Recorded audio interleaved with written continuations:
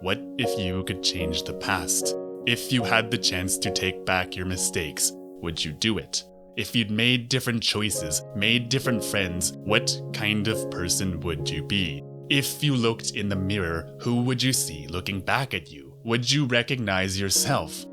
This is the question at the heart of the Tatami Galaxy about a student at Kyoto University wondering what happened to the rose-colored campus life he dreamed of and wishing he could have done things differently. Every episode explores what his life would have been like if he'd made different choices, joined a different club, but it all ends in the same failure.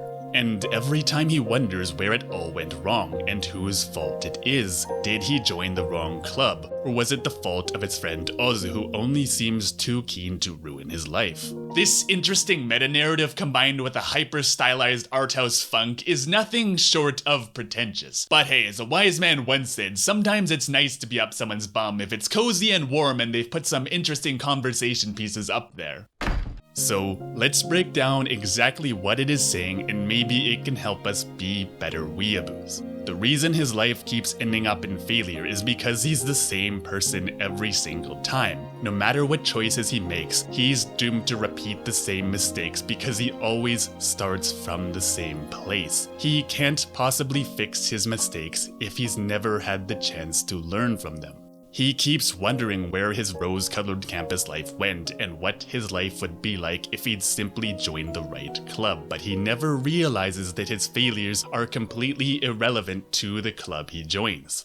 The tennis club has nothing to do with him being a bastard, launching fireworks at people and then being pushed off a bridge. The film club has nothing to do with the hours he spent making a movie just to ruin someone else's life instead of focusing on his own work. The cycling club has nothing to do with him screwing up Akashi's Birdman contest and crashing her plane into the lake. There's nothing forcing him to continue in the stupid prank war of his seniors. When he joins the cult, Ozu takes 100% of the fall for everything bad that happens. And when he becomes a gang leader of the Chinese restaurant and actually does screw up his life, he only wonders who there is to blame and then locks himself in his room instead of trying to fix it. See, the problem isn't that he didn't make the right choice, it's that he literally can't see the right choice, which is why there is no universe where he would have made it. He merely agonizes over the same irrelevant decisions because he hasn't learned anything from his mistakes.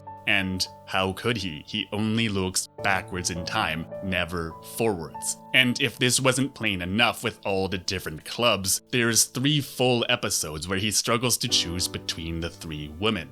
Hanuki, the dental hygienist, Kaori, the love doll, and Keiko, his pen pal who he's been lying his ass off to for 2 years straight, and who turns out to be Akashi, who has merely been taking pity on him the entire time. Hanuki is a complete mess and just gets physical with everyone when she drinks. Keiko turns out to be a prank by Ozu. The love doll, well, that's a fucking love doll. I don't know how you fall in love with a 2D woman who's actually 3D. That's just fucking stupid. See, this choice is utterly irrelevant because none of them are the correct choice. Not that there isn't a correct choice. It's Akashi, but he barely even considers her an option. She's been willing to exchange letters with him for 2 years, despite knowing they're filled with lies, because she actually knows him and likes him for who he is, and even likes that he dresses up in a stupid mascot costume on stage for children because she loves Mochiguma. She, in this and other timelines, would not only be a good match for him, but would be willing to go out with him if only he could see out of the part of his own asshole that he's managed to crawl all the way up into, all wrapped up in his own perfect little world and his perfect little delusions about his perfect little life.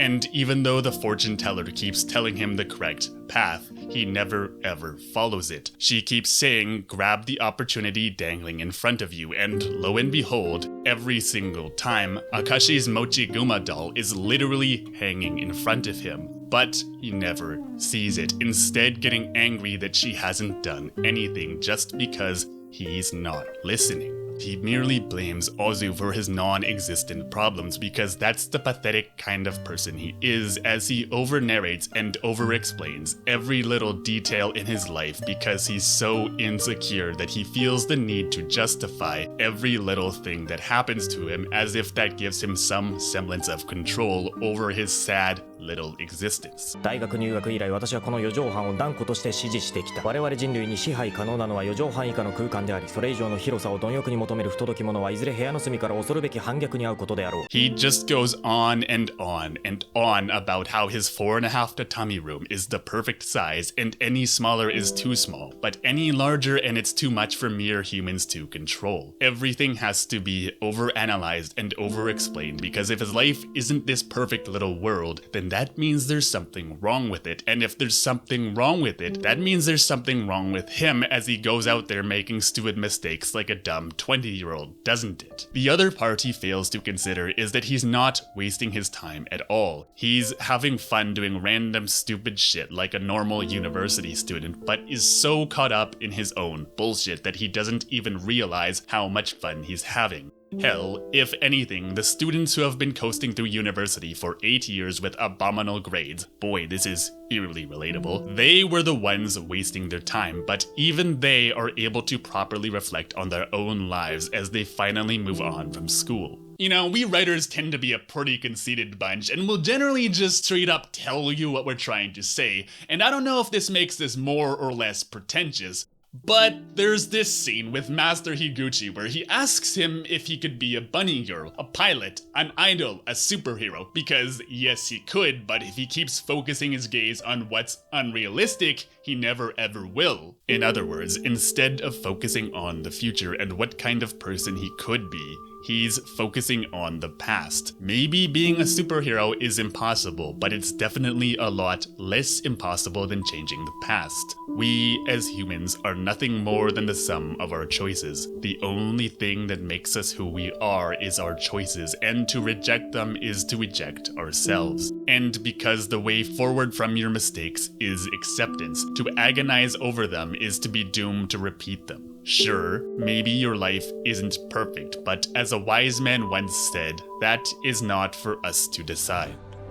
All we have to decide is what to do with the time that is given to us. You must accept the person you are in the here and now, and you cannot become anyone else other than that person. So if we agonize over our choices, not only have we failed to learn anything from them, we are missing the point of being human.